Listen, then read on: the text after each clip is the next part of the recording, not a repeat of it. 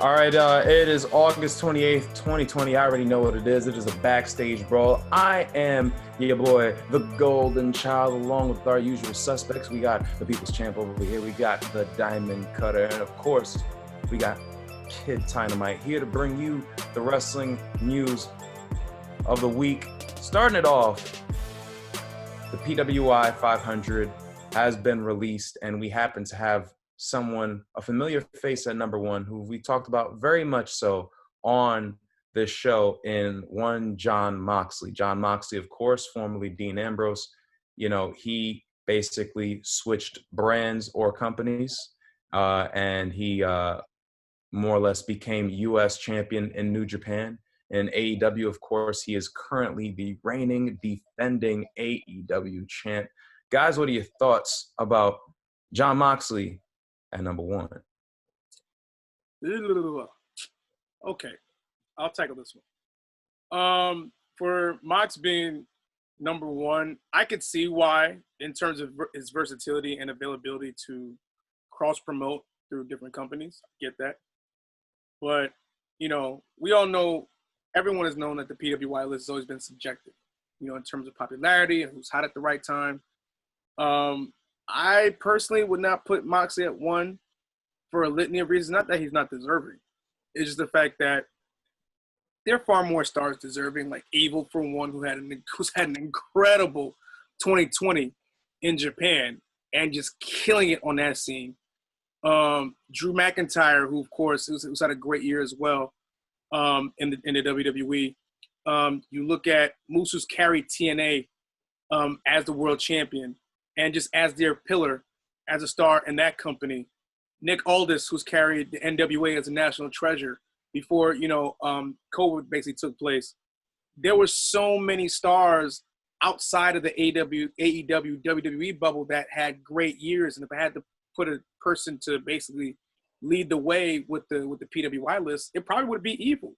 Because whose name, aside from people domestically, have you heard have a great year in terms of dominating their competition? You know, yes, Moxley is still AEW champion. Yes, he's still technically United States champion for New Japan, IGWP, United States world champion. But at the same time, there are other people that I feel that have made more benchmark moments this year, as opposed to the momentum they carried in from late 2019 on. So that's just my thought. But again, the list is subjective, and that's just my take on it so thus far. Yeah, and of course, like, you know, when it got released too, we were like discussing amongst ourselves in the chat, like, yo, this is definitely a Meltzer thing. You know, this is the most Meltzer pick, you know, available because, you know, NJPW, clearly, you know, we had the whole thing of like, oh, like you wrestle a broomstick at 7 stars, and now you see Jon Moxley, who is, you know, now, of course, no longer working in the WWE. He basically is free to, you know, wrestle in Japan, but he's now contracted by AEW, and he's doing all these things. Like, we made the argument, essentially, the fact that he's been doing it, you know, in dual promotions, maybe that basically carries weight. But is it enough? Like, do we believe like it's enough to actually solidify him as the number one? Kid Todd? Kid Todd, take it away, please.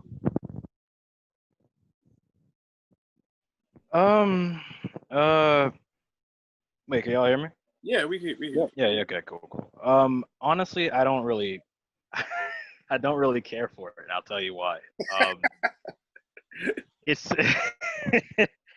the PWI, you know, like, I used to look to it as like and I'm actually kind of glad that the current generation of like wrestling, the past 10 or so years, has kind of opened my eyes to these things, because these are references, right? These are references. This is someone's like idea of what they think was the best. It's sort of like if we all were on Twitter, we all put our opinion, our best 500 wrestlers. The only difference between our opinion and whoever runs PWI, right, is that they have more clout. That really is it at the end of the day. Like, in the simplest of terms, it's a clout thing. You know, like, I remember, I think months and months ago, there was a PWI.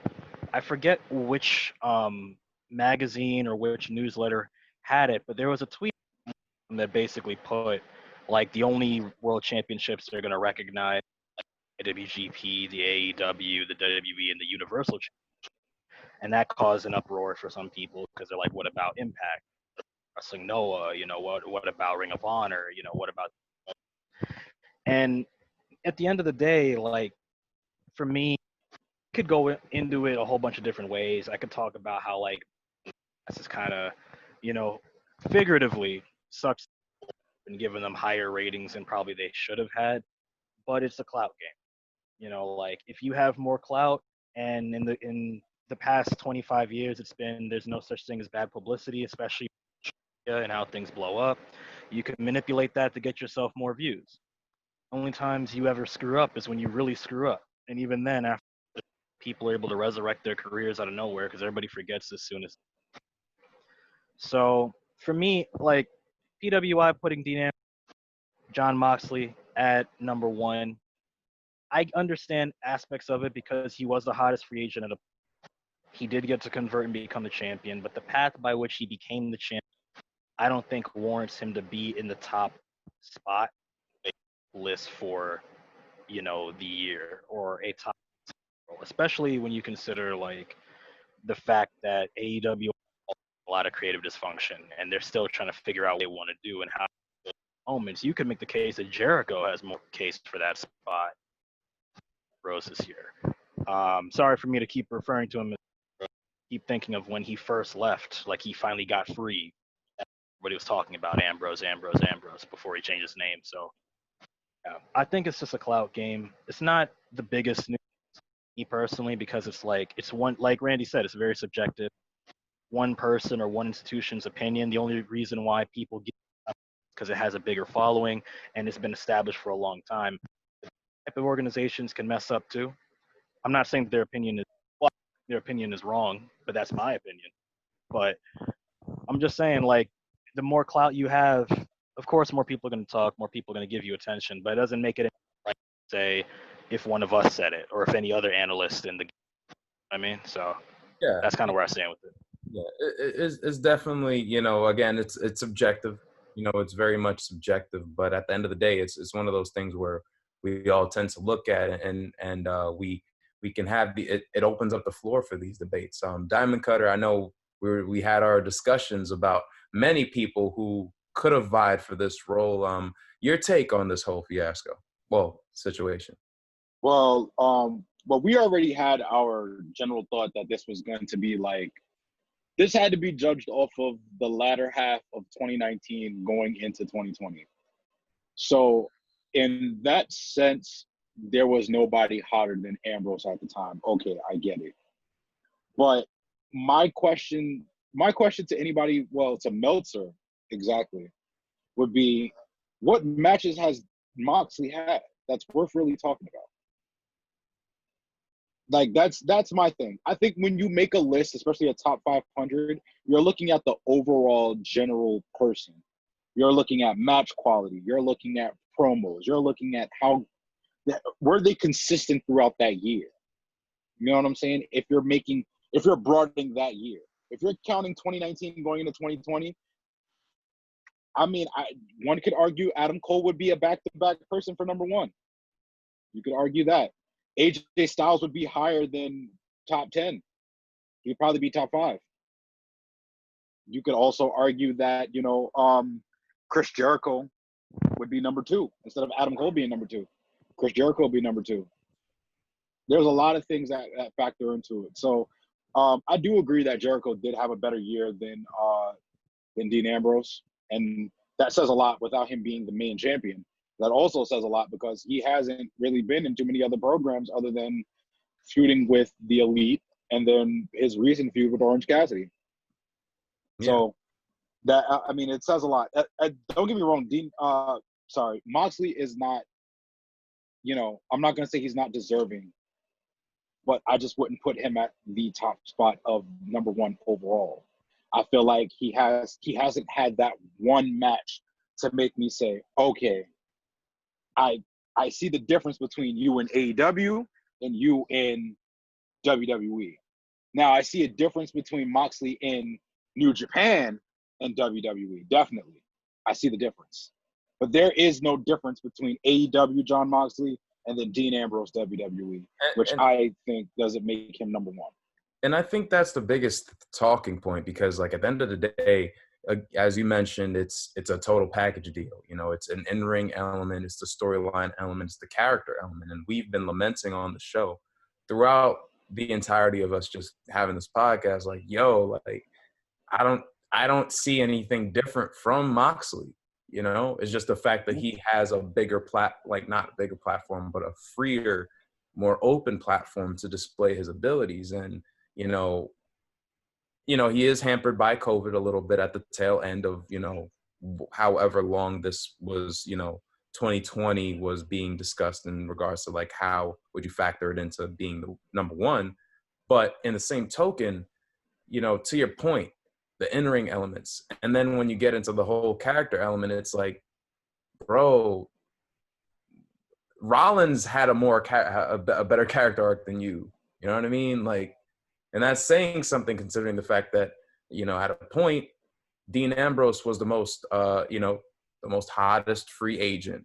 He was the most captivating character that came out of the Shield, you know, and then you throw in the NJPW deal, and it's just like, yo, you have those things, but it's like looking at AEW, I don't get excited for Jon Moxley when I watch AEW. No. I think that's a big problem, you know. I get excited for Keith Lee when I watched NXT before he moved up. I get excited to watch the Undisputed Era.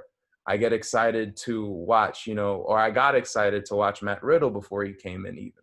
You know, these are guys that maybe, you know, top to bottom, you know, whether they're like number 5 on the pecking order, or number 1 or number 15, those are guys where you could sit there and say, like, I'm here to watch you. And I could pinpoint when, you know, you had a claim. Jon Moxley hasn't necessarily had it. And you know, I think it ties in, unfortunately, into like how the booking has been in AEW, the up and down, you know, in between deal.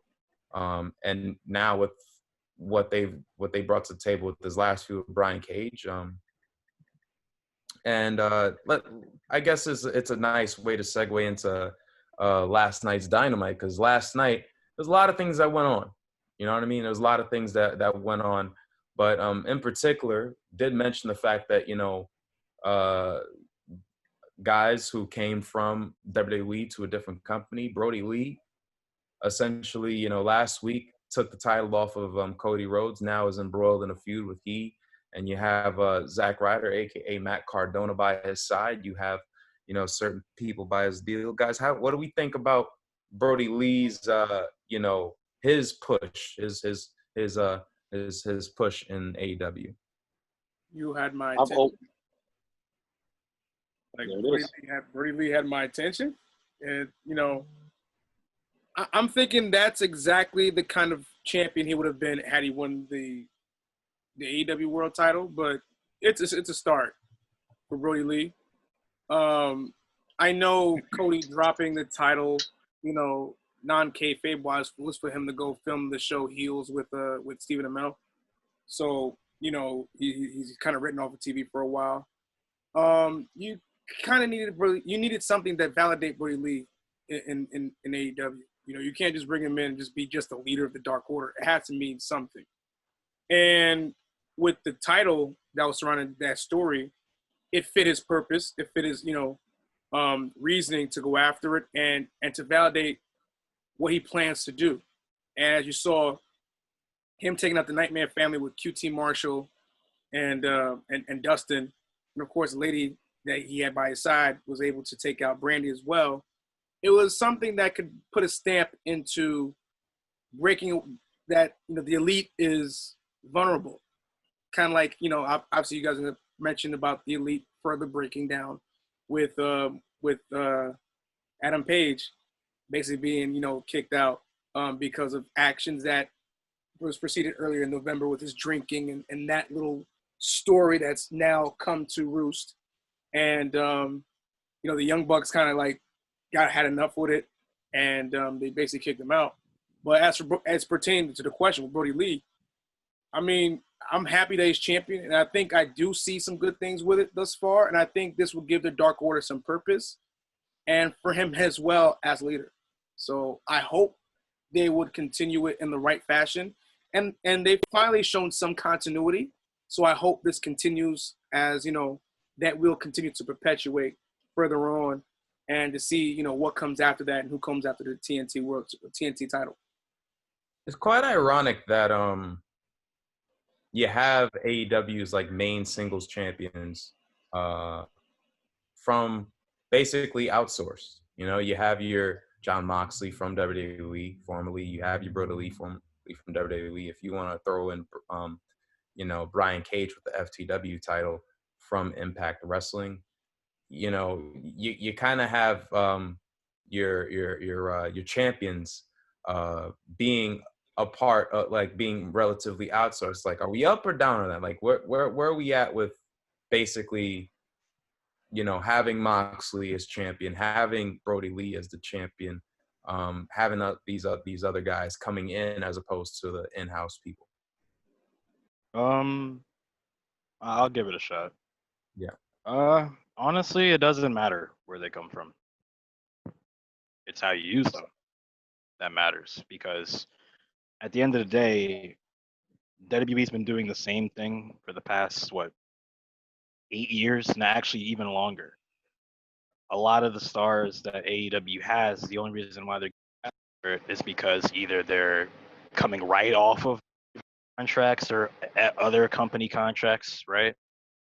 Or they're not being used very well. At the end of the day, it's the wrestling, it's a business, and you have to do what for yourself, your family, this and that. Wherever you come, the point is you have to make the most of where you're at. And for them, you can take every piece you want. I mean, there's still a free agency war going on. There's still people trying to go. We're waiting for things to open up. They're just talking about, like, I think Japan's going to up its borders pretty soon. So now there's a possibility that go back to Japan and wrestle. People from Japan can come over here and wrestle. At the end of the day, especially since it's such a young company, everyone's going to be perceived as a WWE guy with all the circumstances in tow. In 5 years, it could change, and we might not have them be WWE guys anymore. How long did it take somebody like a Sting to be a WCW to now you're used to him on TNA? Same thing could be said with guys like R-Truth when he went over, Christian Cage. Now it's just in the 2000s. So I think it's more so how if you don't use them well, then they're just WWE guys left over that shouldn't have been in place, or other guys from other companies that should have been there. So yeah, it's a perfect blend, and I think it's one of those things where you kind of have to differentiate how they were in place A to place B. Again, falling in line with what we mentioned earlier on with Moxley, and just seeing how Brody Lee, as People's Champ was pointing out, a little different side of Brody Lee than we once knew him back in the WWE. But I do want to shift gears to WWE because NXT has some newsworthy shit, pretty much. Like, we got Karrion Kross more or less relinquishing the title, unfortunately, after upending Keith Lee for the NXT Championship match. It turned out that, the shoulder situation is too much to endure a full-time schedule currently, so relinquished the title. Now it is going to be decided, the new champion will be decided next week in a Iron Man match, fatal four-way between Adam Cole, Finn Balor, Johnny Gargano, and the returning Pimp Walk Man himself, your boy Tommaso Ciampa. I need to know your thoughts on this. Very newsworthy show for NXT. What do y'all think of that? I'm hurt. Because Karrion Kross, like, I really wanted to see how menacing and how destructive he was going to be as champion. And in some ways, as a fan, selfishly, I felt robbed of it. But obviously, professional wrestling, it's not ballet. you know, injuries do happen. They're part of the game. And kind of reminded me of when Finn got injured right after he won the Universal title. And I'm like, bro, like, just got it. And now it's all about seeing who picks up the baton and runs with it. You know, I would say like when Kevin Owens won the Universal title, he did a good job with it when he had it. Now, with this Fatal 4-Way, I would rather call it a championship scramble myself because, you know, whoever you're pinning, whoever has the most wins is the champ. But still, you know, anyway. I like it because you have 4 pillars of NXT that have all held the title and have had memorable reigns, from Finn all the way to most recent Adam Cole. It's going to be a very highly contested match. I can't wait to see it. There's also a lot of things that are developing aside from the Champion World, the main title scene for the males. I like the fact that Raquel Gonzalez and Michelle Martinez are both like, they're in the way of Rhea Ripley getting to Io Shirai. But at the same time, Dakota Kai says, like, I'm still in line for this opportunity. But for someone of Rhea Ripley's stature and the kind of situation she's been through this past year, she has obstacles. So now when you were at the mountaintop, you've been put down, now you have obstacles that give you depth in your character to see how you're able to overcome a smash mouth destroyer in Michelle Martinez and a big, very powerful person in Raquel Gonzalez. So I feel that in her sense, getting back to the title, her journey back to the top is going to be interesting to watch. And as Io Shirai now holds the title, it's more like, okay, I have to basically have my head with a swivel in terms of where I'm looking in either direction, because now you have these females providing a legitimate threat to this title, and it's going to be very interesting to watch and see who comes up, which cream rises to the top. Yeah, definitely. You know, again, it was a newsworthy show on NXT this past Wednesday. Guys, your thoughts and like main event picture, women's title. What's your biggest takeaways? The Fatal 4-Way was my biggest takeaway. That is huge. That is just huge.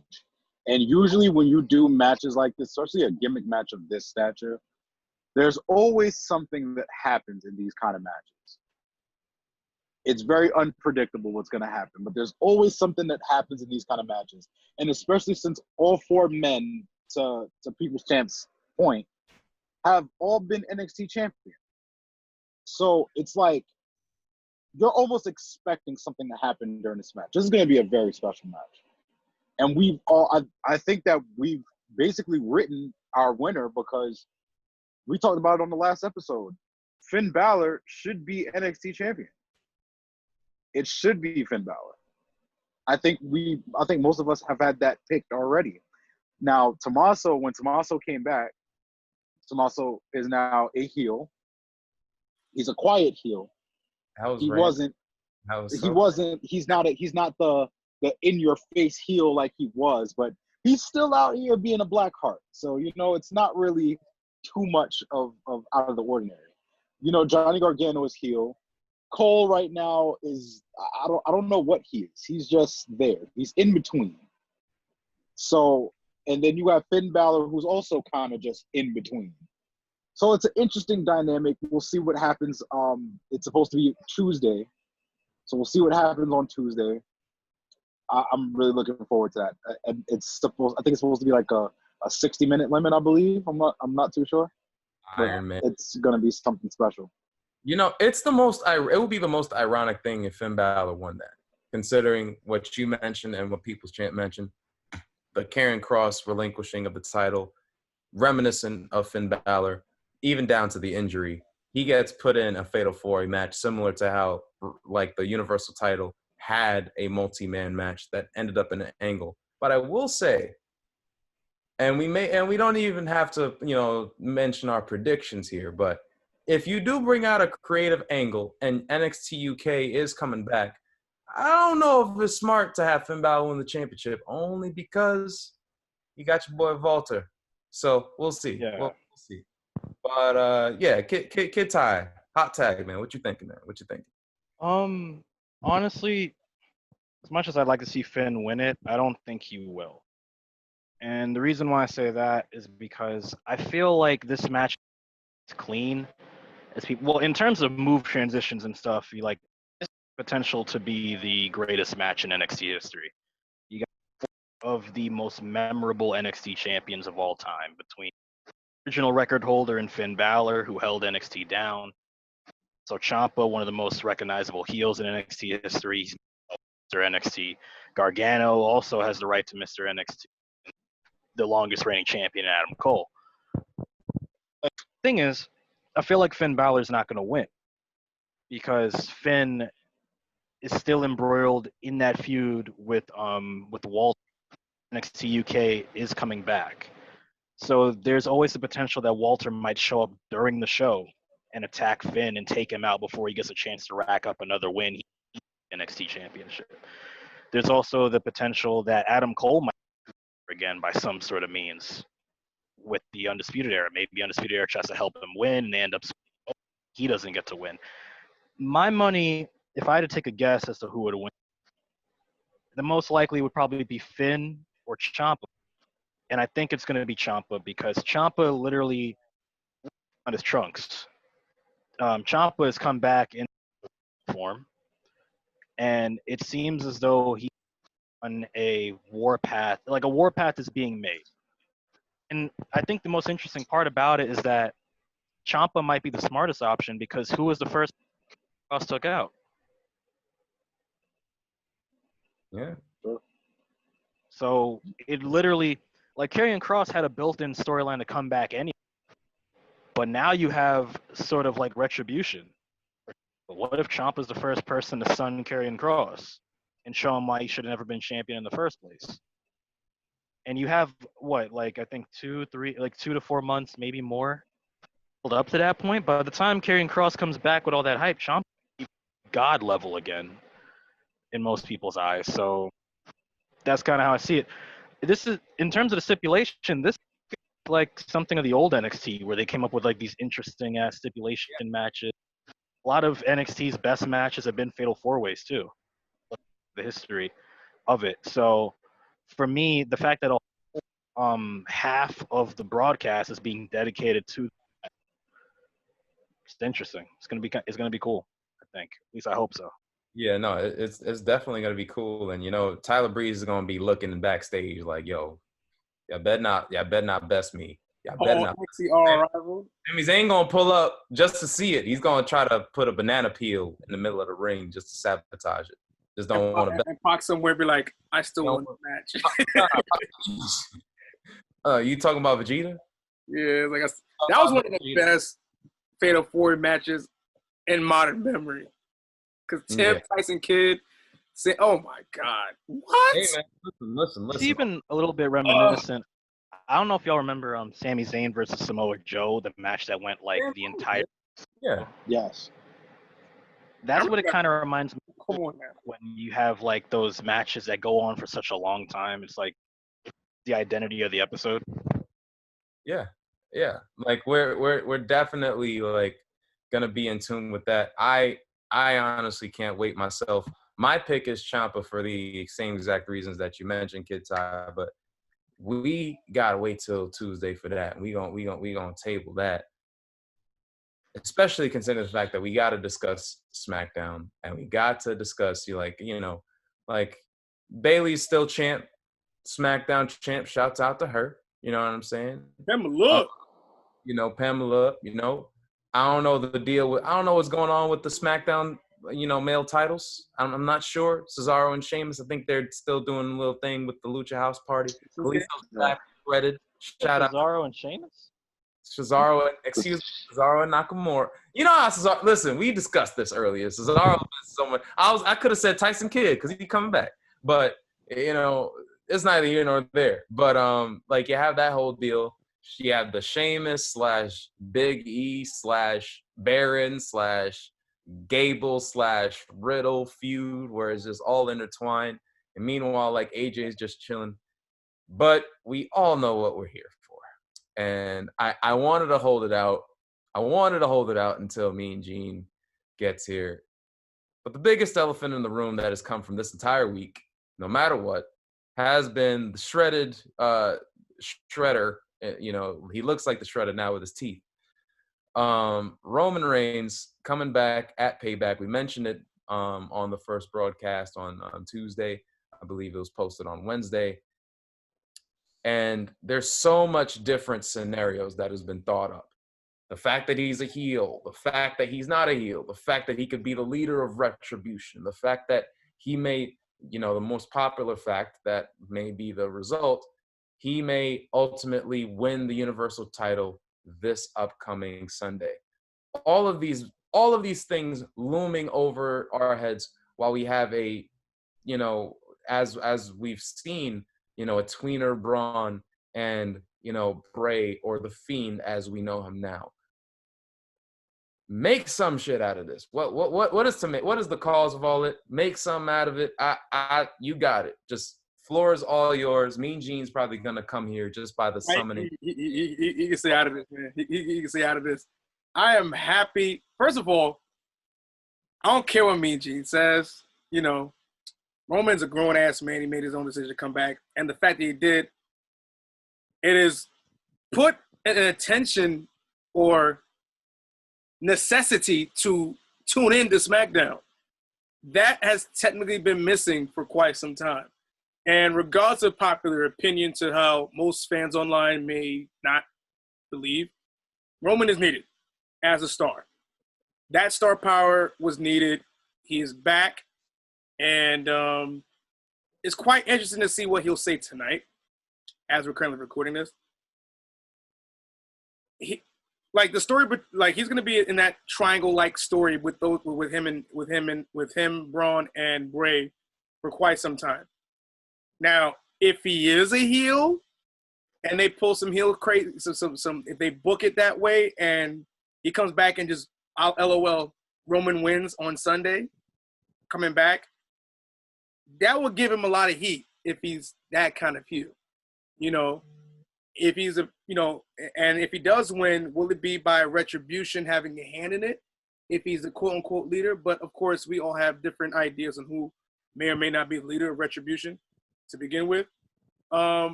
Especially for the main title scene, or the main scene that is, it does give SmackDown a leg to somewhat stand on when it comes to their main event scene.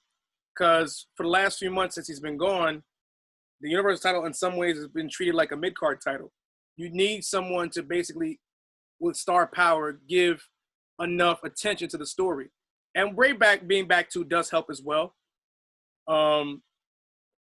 So I think that can definitely help in terms of that dynamic. Well, leading into Payback, we don't know what's going to happen, but having Roman back does help with that equation that they have on SmackDown this far. I'd hate to say that I don't know what's going to happen, but I have a strong indicator to what it is. But that being said, I know Kid Ty, you had something. So hot tag to you, brother. What you say? I'm actually just give me a minute. Let me just get my. Let Eric talk. I'm gonna go last. Give me a second. All right. Well,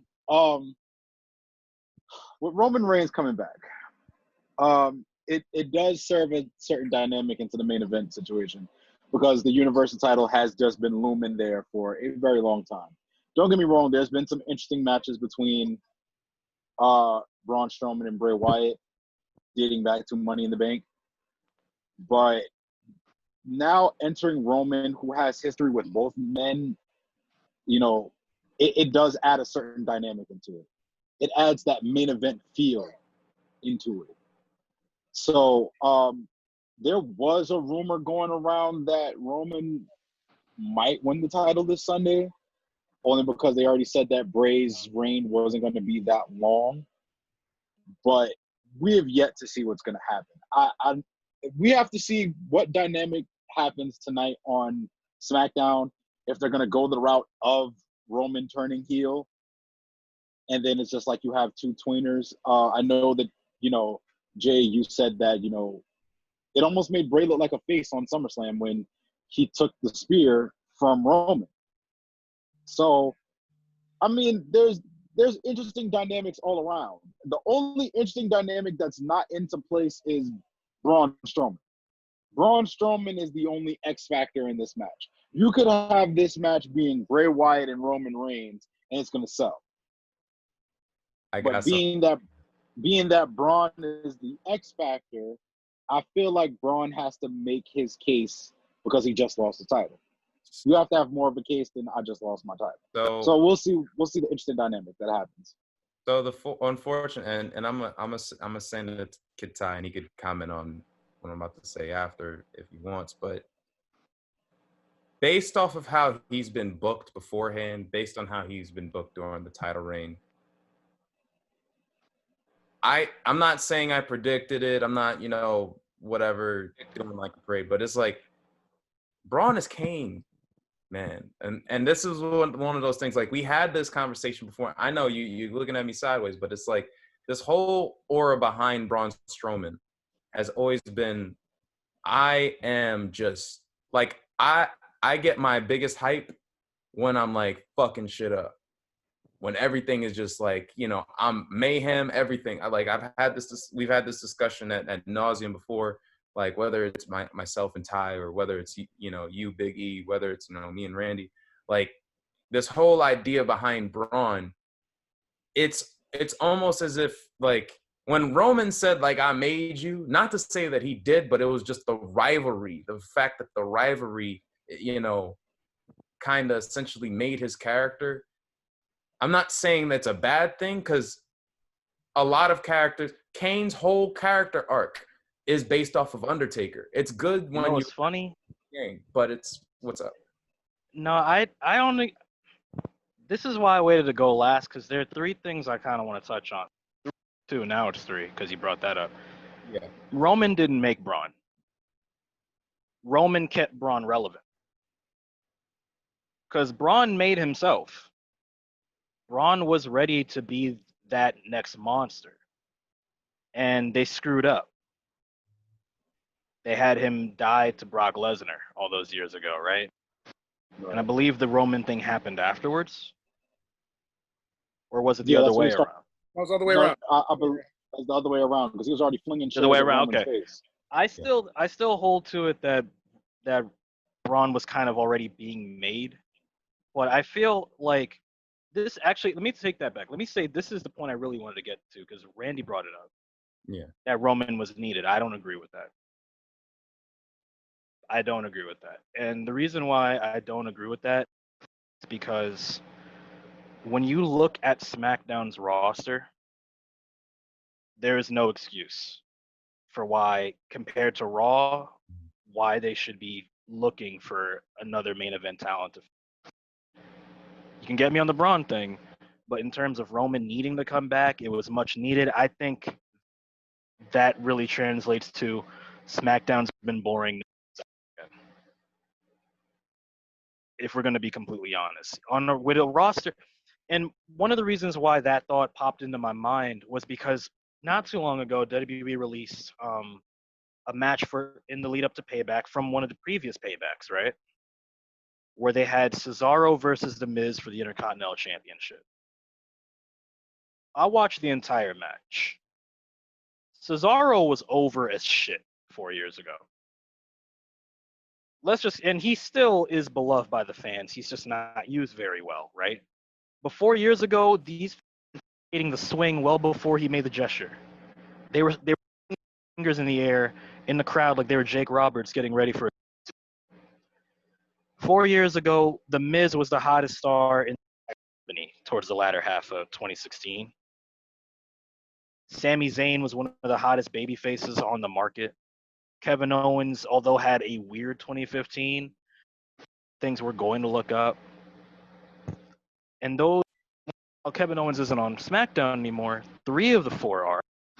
One of them's not on TV, but can be used now that it's gotten a lot better. It's one of those things, and you have AJ Styles. You have Jeff Hardy, who probably should have been going after the Universal Championship, in my opinion.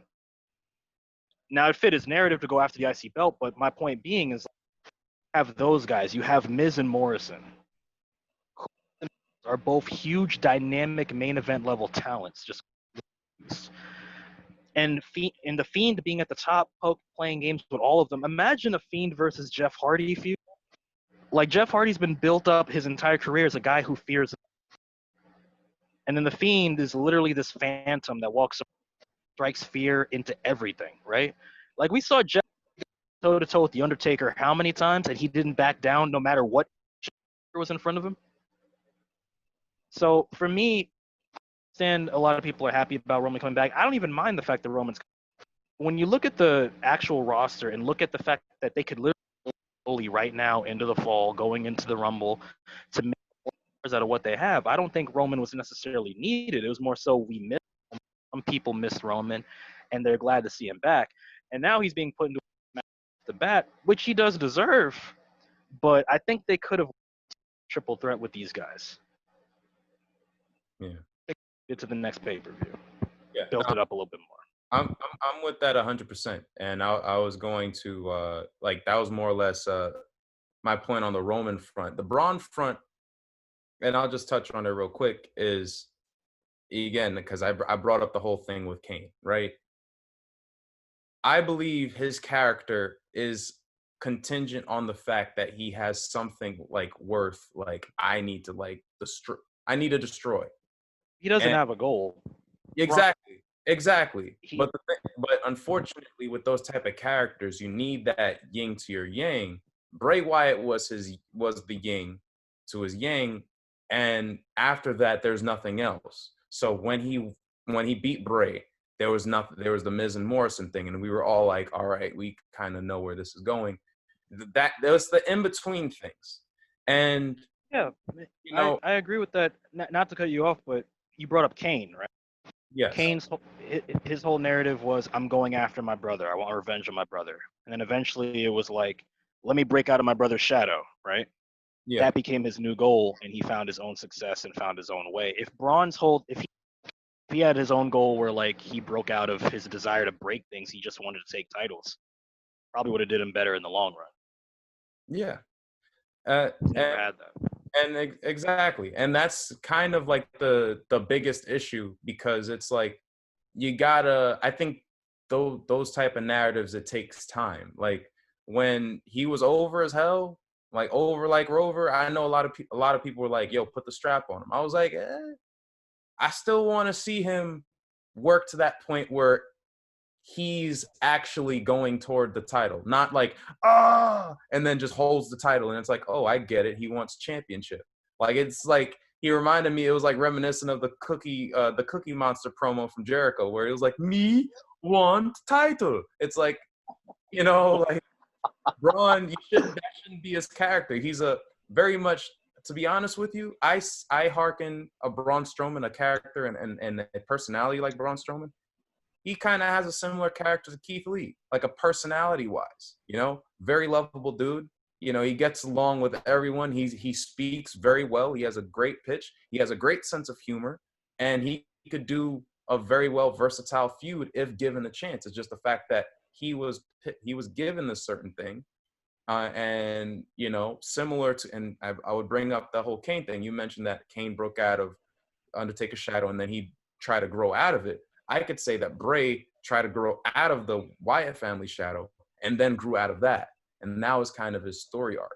So there needs to be that, like, you know, that genuine progression there to get to the point where Kane in 2010, he had one of his best underrated title reigns, I would say. And it took, 12 years to get to that character arc. It's a lot more accelerated nowadays. And that's basically the biggest issue. My thing with Roman, to your point, Kid Ty, I don't think that he necessarily needed to come back because of the reasons that you mentioned. We don't necessarily have to get into it any further, but that being before Gene comes in and says he didn't need to come back because of the pandemic. Yeah. No, like in terms of storyline, Roman didn't need to come back anytime soon. Yeah, like for all intents and purposes, it would be dope for him to come back. And well, like since he's came back, But it's like, yo, man, it is what it is. And for all like they're gonna look at back. Let's say Roman wins the title, and they're like, oh, he came back and he won the title. Bah humbug. Well, you know what? Guess what? You know, The Rock did it in '02, and then Kurt Angle did it again in '03. LOL. John Cena. You know, Cena did it in like every time he came back. Like this usually happens. Unfortunately, it does, and it halts certain people's progressions. But if you work the story right, to Big E's perspective, it could work in your favor. You know what I'm saying? I don't You think they have will. three different distinct dynamics. You have Bray Wyatt, who is his own entity as the Fiend, and with you know, well, doppelganging as the Fiend and just Bray Wyatt, and then you have bald Braun Strowman, which is still weird to see. He looks kind of like a Street Fighter character, but that's neither here nor there. Then you have Roman Reigns, who looks like another Street Fighter character. So we'll work on it. You know, we'll see where it goes from there. What's up, Kitai? What? No, I see you ready. You ready, man. You got. No, the, why does everyone think I'm ready to shoot on things? I'm not. Like I was pause. I'm not here. The fucking. I mean, the Alexa Bliss. Sorry. Alexa Bliss No, in all honesty, like you gotta see where it goes. Obviously, there are rumors that apparently they want to start off on like a more aggressive front as a babyface and then turn him. Like that was the original plan, pre-Mania, right? Yeah. They wanted to do. I don't know if that's the plan. I'm gonna try to do, and I don't need to know everything. The only thing I want is some security to know that every party involved gets. You know, I don't want it to just be like we finally get the character to be, but it's expensive everything else. You know what I mean? Yeah. Like it. I wouldn't want that situation to happen. I'm not necessarily saying they're, but considering how booking goes in this company, never really know. And while that could be a good thing or a bad thing, it's tail end of I want to turn my TV off. So see what happens. That's a fact. That's a fact. I do want to end off this this recording and leading into Payback predictions. I do want to end it off with touching on just a week of the Thunderdome, because you know it's been a week since the Amway Center situation has been established. SmackDown had their broadcast over there, followed by the SummerSlam pay-per-view. Then you had Monday Night Raw have their first go at it, and this upcoming SmackDown will be the second week. So just after seeing how everything is panned out in the Thunderdome, what is your general thoughts? The whole LED, the pyro, and everything. What you guys thinking after a week in the Thunderdome? The pyro's too much. I think the pyro's just a tad too much. You don't like the Drew McIntyre pyro, man? What's wrong? What's wrong? I love it, but the pyro has to fit the character. Like AJ's. You don't like the burning my light, the posing to just. You know, that was for young. I'm pulling bitches, Randy Orton. Like now it's like I'm a grown ass man. But I can still pull your girl, but I'm not. I can only do it at a certain amount of time. If the wifey with it, Randy Orton. When you can do the pyro. You know, the pyro has to fit the character. You know, because I don't want it to be kind of like how AEW does it, where everybody has pyro and it's the same kind of pyro. It's nothing different. So you want variety in terms of that. But the Thunderdome in itself has been good. It's, you know, sometimes you're surprised that Vince McMahon still has great ideas at this age. So this was a good idea to incorporate fans. But the one thing I'll basically say and harp on it, and I'm pretty sure everybody has the same idea, is that some fans be doing too much, you know, with the Chris Benoit thing, with somebody sleeping, with the whole KKK video beheading someone in the video, or the Fire Velveteen Dream situation. Like, y'all doing the most. Like, look, WWE was gracious enough to even do this, and then the fans, you know, whoever watches this podcast, you the fans find some way to crap on it. Yes, there's a lot of things to crap on protests that this company may do that may dissuade you or get you very upset with this company, but it doesn't also give you the right to basically, you know, do what you're doing. Like, yo, like going on camera, like when it's like being recorded live on TV for masses to see that you're doing some like fugazi stuff. Like, you can't be doing that. You know, like they're going out of their way to make sure that you have an ultimate experience. to have a show. Most places don't even have that outside the NBA. So you should be grateful that they're even getting a chance to do this. So that's my thing with the fans. But other than that, the Thunderdome has been great. I like the aesthetics. There's one thing that WWE has never really like acquiesced on or like lessened in terms of talent is their ability to produce well and their camera angles. That's one thing I'll ever give that buck-toothed person in the back, Kevin Dunn, credit for. Other than that, it's been a great experience. And shout out to Russell Talk for the Tina Turner drop every time they mention Thunderdome. We don't need another hero. Yeah. There's just a bunch of those. Shout out to the you talking about Kevin Dunn in the back. Shout out to the camera operators, man. You know, I as a former camera operator myself for live production, you need to shout out to the camera operators. We got no offense to any camera operator, but no offense to any camera operator, but I need these 70 cuts per second to stop. Oh no, that's not them. Whoever's in charge of that. That's not them, bro. It only happens to Randy Orton. They just get the camera. They just get the shot. That's all they're allowed to do. And they got people talking in their headsets. Yo, man, hey, get the lower it. All right, center. Get them in frame. All right, get the focus in. They all of that. So you got it. It's not their fault. That's a Kevin Dunn thing. I'm gonna let them live with that. No. I wasn't going after the operators. I'm just like, whoever is in charge of that. Oh, done. Needs to go to sleep. Yeah. It's the buck-tooth beaver backstage. That's done. But how are you guys feeling? Diamond Cutter, Kid Ty, what's your first week thoughts? The Thunderdome. One thing WWE has always been is innovative. They've been very innovative in everything, especially during this COVID era. They've been very innovative, especially with the cinematic matches. Now with the Thunderdome. So for the innovation and for the fans, I know the fans have been missing wrestling. You can only do so much. You can only get so much excitement watching it on TV, but to actually be a part of it is a whole different experience, which we've all had a chance to experience at least once or twice in our life. So we all know from perspective how that experience is. You could have a really bad match, but just because you're there, you're going to be excited about it.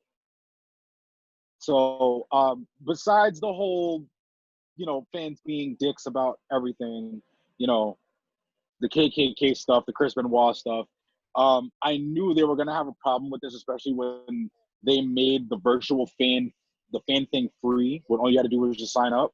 Yeah. So now I think they're going to put they should start putting a small fee on it.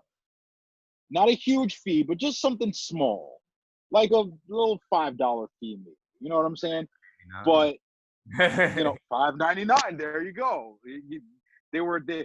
A couple of years ago, they were promoting WWE Network. It was $9.99. They even had T-shirts made. Now Thunderdome, $5.99. Why? He wasn't even active during this time, but the only person I remember saying it was Shawn Michaels. I don't know why he wasn't even an active superstar.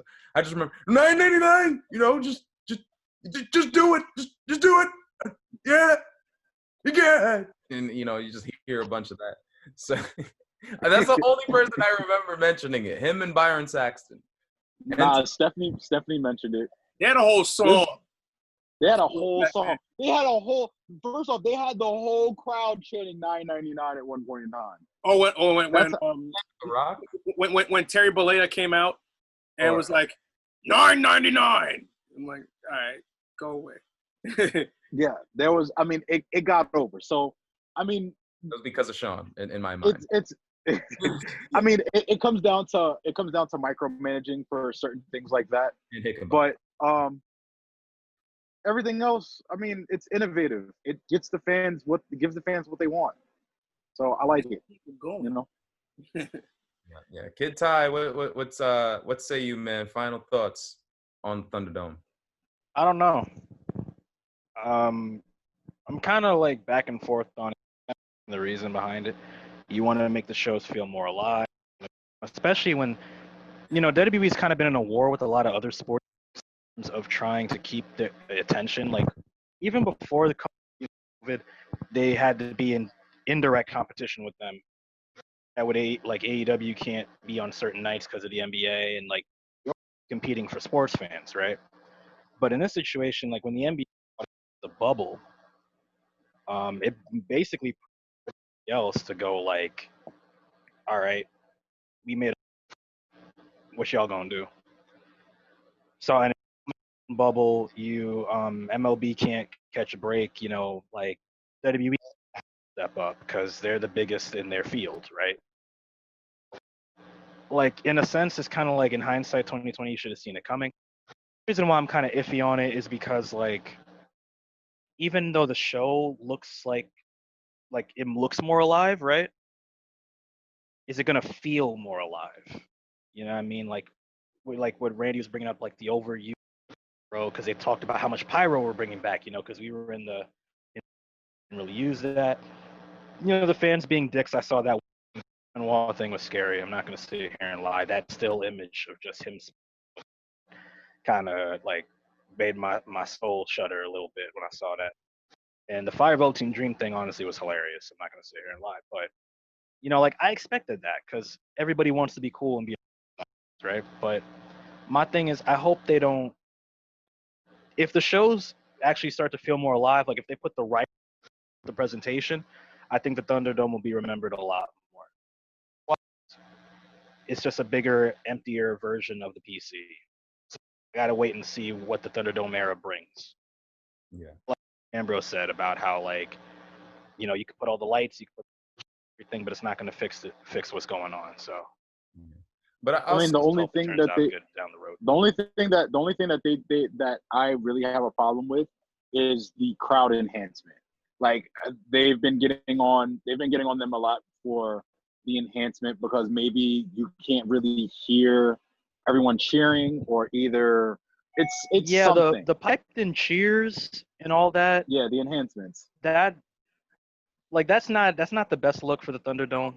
To be fair, it's the same in the bubble. To be fair, it's the same in the bubble. It is the same in the bubble. I can't even complain on that. You know what? And you know what? To touch on that as well, like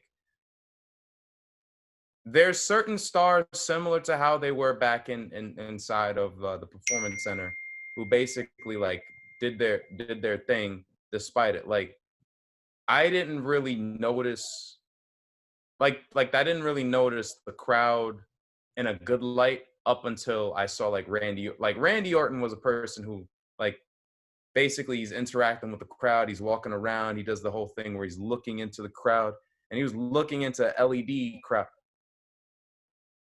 I was looking at it and I was like, you know what? This looks pretty damn cool. It's like it's like a Tron Legacy version of what he's doing.